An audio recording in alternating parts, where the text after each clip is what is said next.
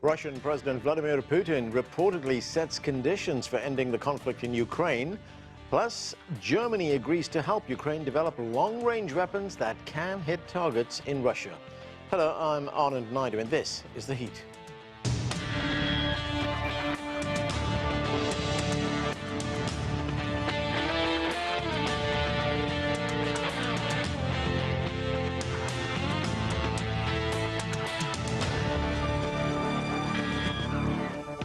Among Russian President Vladimir Putin's reported conditions for ending the conflict in Ukraine is a demand for a written pledge from Western leaders to stop enlarging NATO eastwards. A Reuters report, also published in the Moscow Times, cites 3 Russian sources with knowledge of the negotiations and includes a demand to lift sanctions. Meanwhile, Germany's Chancellor, Friedrich Merz, told Ukraine's Volodymyr Zelensky that Berlin will help Kyiv produce long-range missiles which would be capable of striking targets deep inside Russia. There is much to talk about. Later, we'll get the view from Europe and Ukraine. But first, Professor Anton Fedyashin specializes in Russian and European history at American University, and Vladimir Golstein is a Slavic studies professor at Brown University. Thanks to both of you for joining us. Vladimir Golstein, let me start with you. Reuters is making that report. It says that the Russian President Putin has set conditions for ending the conflict in Ukraine, and those conditions include an end to NATO enlargement eastwards, as well as lifting some sanctions. Ukraine, of course, still wants to join NATO. I mean, are these reasonable conditions that are being set by the Russians, or are they going to be a complete non-starter for the West? These conditions are absolutely reasonable, and there is nothing new about them. That's the main kind of reason behind Russian diplomacy, and that's the main reason behind this escalation from diplomacy to the war, which started in 22. Putin was very, very clear about that, and Russia feels very clearly that this is a threat to their national security. It's an existential threat, and the country has the right to defend itself. And the condition of Ukrainian neutrality was essential from the day one. However, the West preferred to ignore that. There are reports of Jens Stoltenberg, the chairman of NATO, who said, yeah, Russians were telling us about that a long time ago, but we, of course, ignored that. Well, you know, NATO can ignore that because Russia is not starting the war with NATO, but this dismissal of Russian concerns cost a lot of lives and continues to cost a lot of lives. So sooner or later, people have to sit down and discuss it and accept it that Russia has this very, very legitimate concerns. Maybe in 100 years, the country wouldn't have them, but for the time being, concerns of every country have to be recognized. The West all constantly recognizes threats which are real or imaginary to Baltic states, to Ukraine, to Poland, to Eastern Europe, but they refuse to recognize the threats which Russia feels, and that's the bone of contention. Anton, what do you make of these proposals from Russia, or conditions as they're being called? I mean, as Vladimir Golstein points out, they are nothing new. Russia also wants Ukraine to recognize that Crimea will be in future a part of Russia, as well as Russia's possession of those 4 eastern provinces. I mean, will they at the very least be the basis for some kind of comprehensive negotiation? I think they will not only be the basis, Anand, they will be the conditions which Russia will not compromise on. But in addition to that, there will be other conditions that will be open for discussion. For example, we've already gotten a bunch of suggestions about what they will be. A buffer zone, a demilitarized zone along the borders of what the Russians want to claim. How big is this buffer zone going to be? What is it going to look like? These are details that can be discussed during the negotiations. The Russians also hold parts of Kharkiv and Sumy regions, and they're moving further in with every day. Those parts may become part of a buffer region, or they may be given back to Ukraine in exchange for the Ukrainians ceding the parts of, let's say, Lugansk, Donetsk, Kherson, and Zaporozhye that the Russians don't yet control. That's going to be open for discussion. The size of the Ukrainian military, demilitarization was one of the goals that Putin set at the beginning of the operation. That will be open to discussion. Is it going to be 100,000, 200,000, 50,000, 80,000? All of this will be worked out, hammered out. And also, finally, this very thorny and vague issue of denazification, keeping the right-wing nationalists out of power. How the Russians are going to implement this is an open question, but this will be part of the negotiation. So those are the points where the Russians can compromise, and a mutually disagreeable solution will have to be found. Okay, so these are all the demands that Russia is making. Anton, what does Russia give Ukraine in return?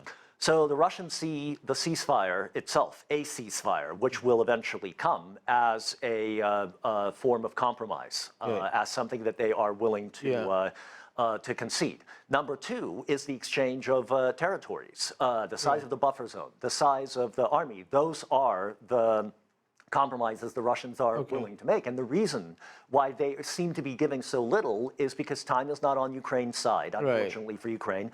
And Ukraine and NATO are losing the war. And every day, the news reports new villages and new fields that the Russians are slowly but remorselessly taking. Okay.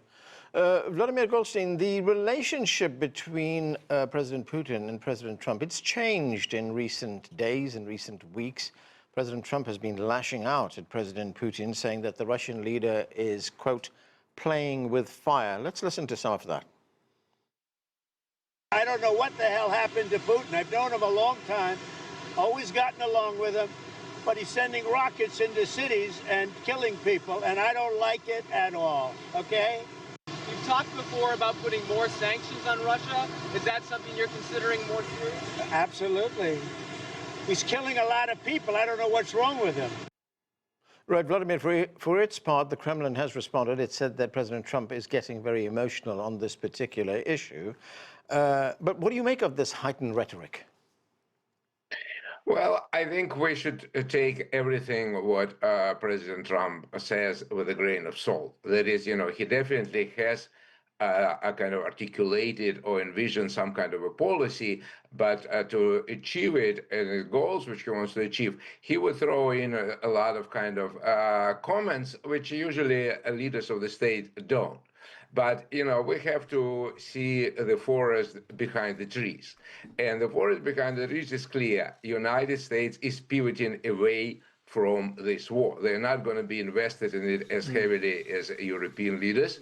They have other kind of priorities, which they, not just Trump, but everybody in his cabinet delineate. So I don't think whatever Trump says on given Sunday or Monday is essential. The United States is not going to waste their endless amount of money, and they're not going to experience the threat of the nuclear war at this moment. It's very interesting when you hear President Trump again and again and again. He says, "I don't like wasting human lives," and this is kind of very, very significant. No matter what else he says, he doesn't like the war. He doesn't want people killing. So he is interested in seeing the end of it, and he's not going to escalate, as opposed to, of course, rather myopic leaders of Europe, like German leader or French leader, who for some reason think that giving certain amount of ammunition and weapons to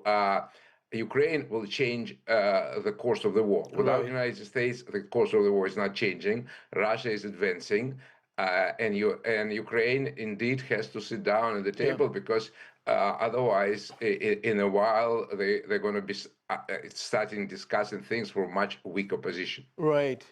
I want to get to that question of more weapons for Ukraine in a moment. But Anton, President Trump has also criticized President Zelensky. In fact, he said, everything out of his mouth causes problems. I don't like it, and it better stop. However, President Trump also said that if Russia continues with this conflict, it will lead to the downfall of Russia. I mean, how do you see it? Could it lead to, as President Trump says, the downfall of Russia? Well, the downfall, I seriously doubt. There's always the question of where Donald Trump gets his information about this war. And we know that he gets information from the U.S. intelligence services, but he also watches Fox News. And we all know that, and he's stated it publicly. And if you listen to the talking heads on Fox News, people like General Jack Keane are still telling us that the Ukrainians are winning and the Russians are about to collapse, and they've been doing that for the past 3 years. So maybe that's what President Trump is reacting to. I find it very difficult and exhausting, frankly, to parse everything that Trump is saying. But the reality on the ground tells everyone who is taking a rational approach to this that time is not on Ukraine's side, that the Russians are making constant gains, and the longer this goes on, the weaker the position the Ukrainians will be in. Vladimir, let's talk about those weapons, more weapons for Ukraine. The German Chancellor, Friedrich Merz, he said during a visit by President Zelensky to Germany that Germany will help Ukraine develop long-range weapons that will have the capability to hit targets deep inside Russia. And Merz said that there will be no range limits on these new weapons. He said the United States will also lift its restrictions on how far these weapons can go. The Russians have responded. Let's listen to part of that response. By lifting the restrictions on the range of weapons supplied to Ukraine, if such ever existed, Berlin will only drive itself deeper into the hole in which the Kyiv regime it supports has long been. And it will simply be impossible for them to talk any more about whether they are for peace or for negotiations. No German weapons, which in my opinion is the main thing in this story, the main thesis, will change the course of this special military operation. So, Vladimir, how big an escalation is this? And does it actually signify now that NATO is openly involved in this conflict? I mean, NATO was openly involved in this conflict from the beginning. Of course, they were trying to limit their influence, or they are trying to limit this or that. But basically, Ukraine gets most of its ammunition from NATO. However, the idea behind it was that under the sanctions, Russians wouldn't be able to sort of confront NATO, war machine, and will eventually start buckling up. Well, we see the very opposite. The Russians actually turned the economy around. They produce endless amount of weapons. They manage now to respond. This attack to which President Trump alluded to and called it crazy was in response to 3 days of attack of Ukrainians. So Russia sent an endless amount of drones, which Ukrainians called unparalleled and so on. And I think they are now capable. What they say, there is no reason to doubt them, that they'll be responding in kind to any kind of escalation. Right. So that's the reality of the ground. So for some reason, the Chancellor Merz thinks that he can get kind of involved, but not involved. But if escalation starts, not only the Kyiv will be bombarded, eventually it can lead to real serious exchange of weapons. So why not he's playing with it? Is precisely at the time when even the United States is withdrawn from it is not clear. My explanation is that there's like 3 leaders, French, British, and German, they just refuse to face reality. And that's kind of the story. Okay, Anton, very quickly, I've got a few minutes left. Let's talk about diplomacy. Sergey Lavrov, who is the Russian foreign minister, he says Russia is open to another round of talks in Istanbul under those auspices. But the German leader, Friedrich Merz, he says all diplomatic avenues have now been exhausted. Right. So Merz wants the war to continue. The Russians want to start significant peace talks that will actually address the fundamental causes that led to this war. And we've talked about those earlier. So NATO expansion and a whole bunch of other things.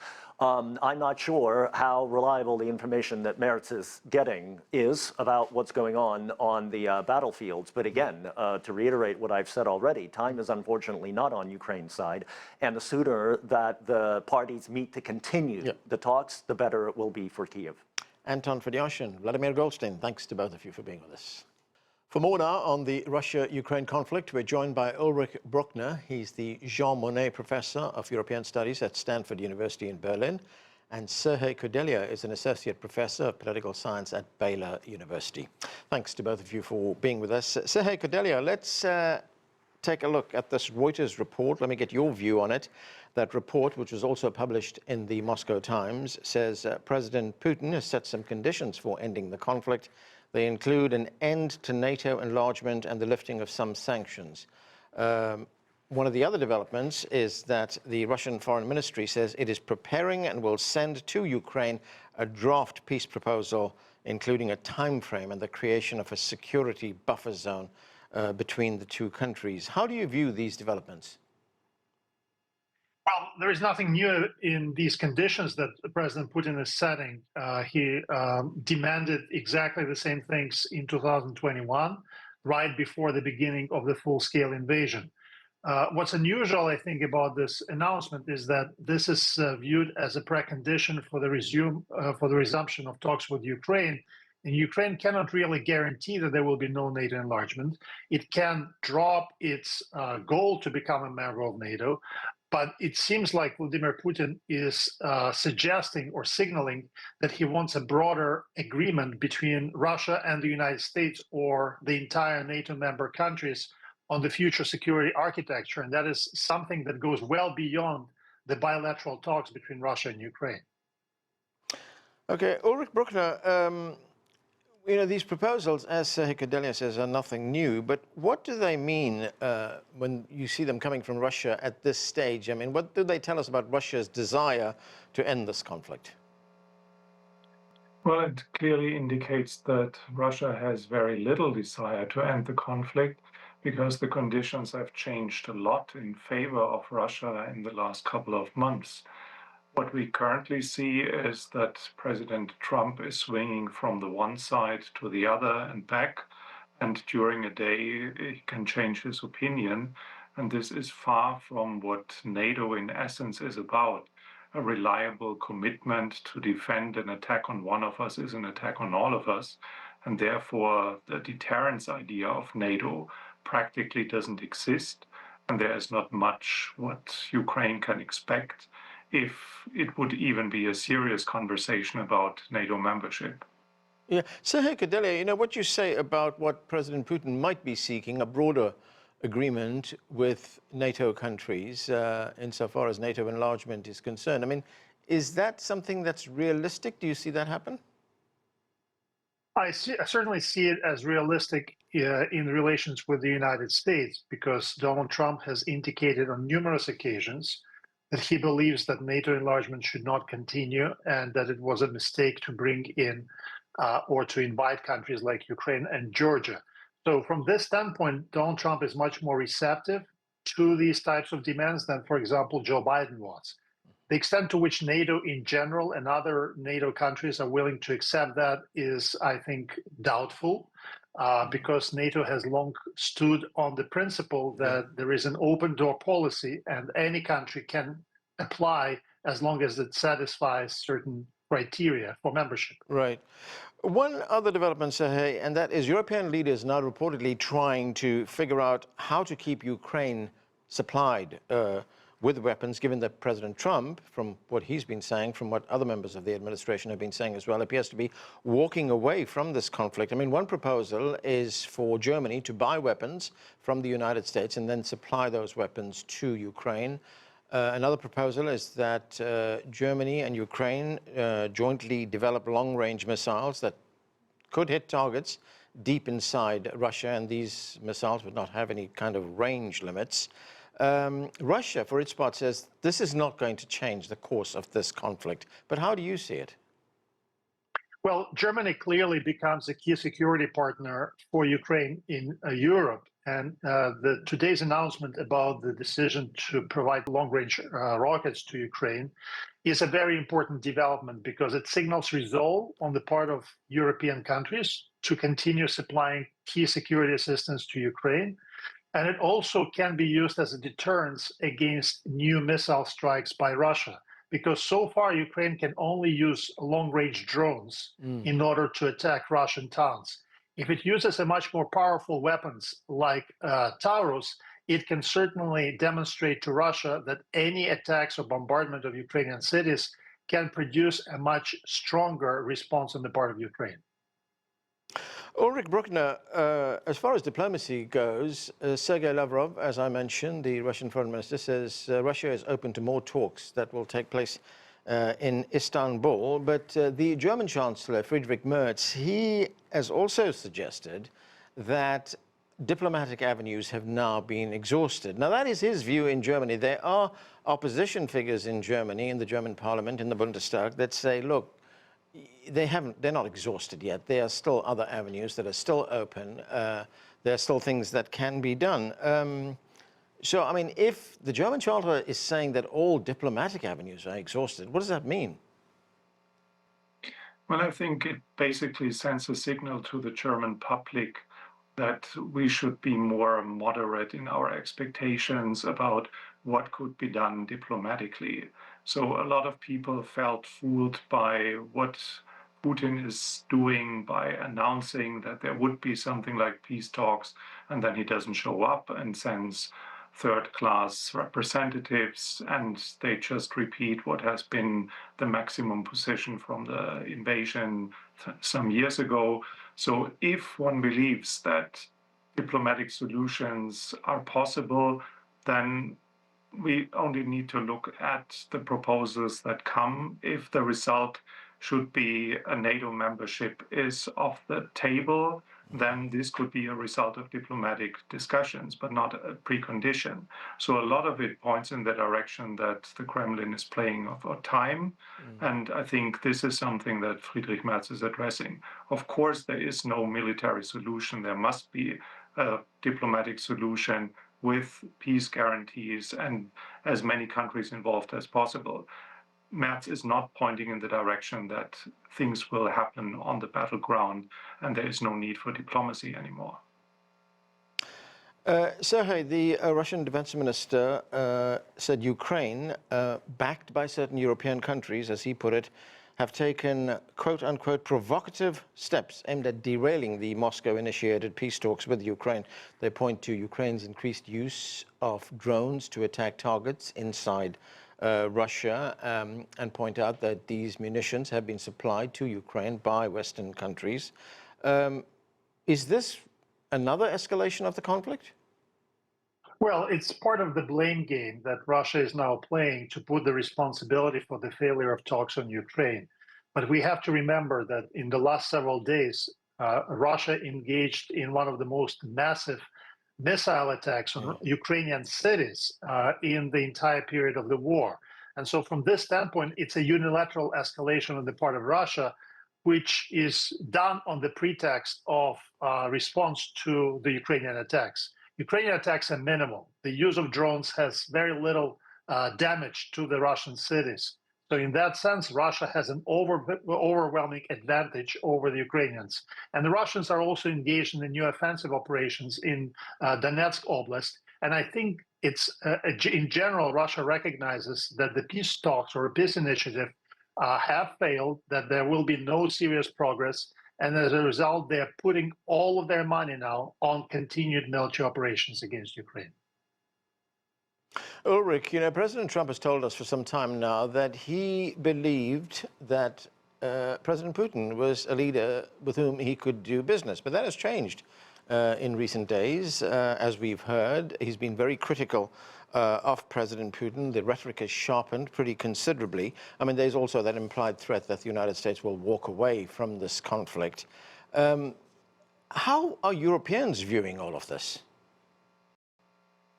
Well, Europeans often put hope into messages like this, and then a day later they get frustrated because Putin manages to manipulate Trump by offering something or moving a tiny bit in the direction of what Trump would like seeing, and then everything starts from scratch again.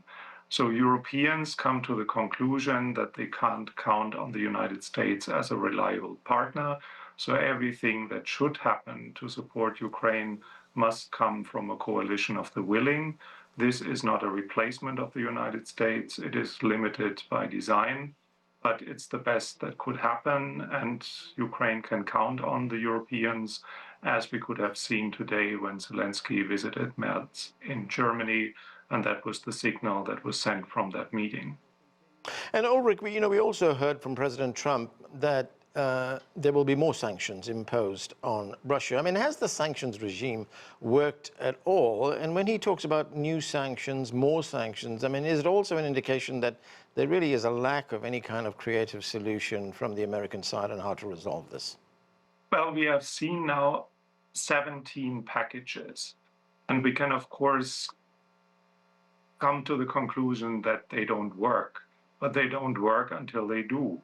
And when we look at the economic situation in Russia, it has far-reaching implications, not currently for a war economy that allows Russia to continue the war and even escalate, but we are living in times of an industrial revolution in which every country that is not investing in its modernization of its infrastructure and technology will be lagging behind. And Sergiy, looking at some of the diplomatic efforts that have been made, Ukraine did accept an unconditional 30-day ceasefire in March that was proposed by the United States, but Russia rejected that, and it also rejected a United States proposal to get the Vatican to mediate future talks. As I pointed out earlier, the Russian foreign minister said, look, he's open to more negotiations that would take place in Istanbul. But, if there is to be a diplomatic solution at some point, what will that look like?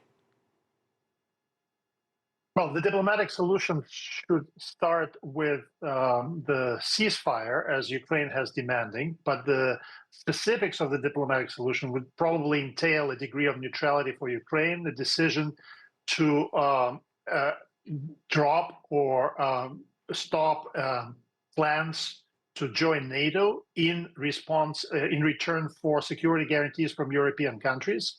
And also, of course, from the Russian standpoint, it's very important that Ukraine recognizes its territorial losses, which Ukraine will never do. So this is probably one of the key sticking points. Another important question is the question of compensations, which Ukraine expects Russia to pay for the damage that was done to the Ukrainian economy over the last 3 years and more. And so the diplomatic solution would probably center on these key topics: territorial concessions, security guarantees, and Ukraine's neutrality. Sergiy Kudelia, Ulrich Brückner, thanks to both of you for being with us.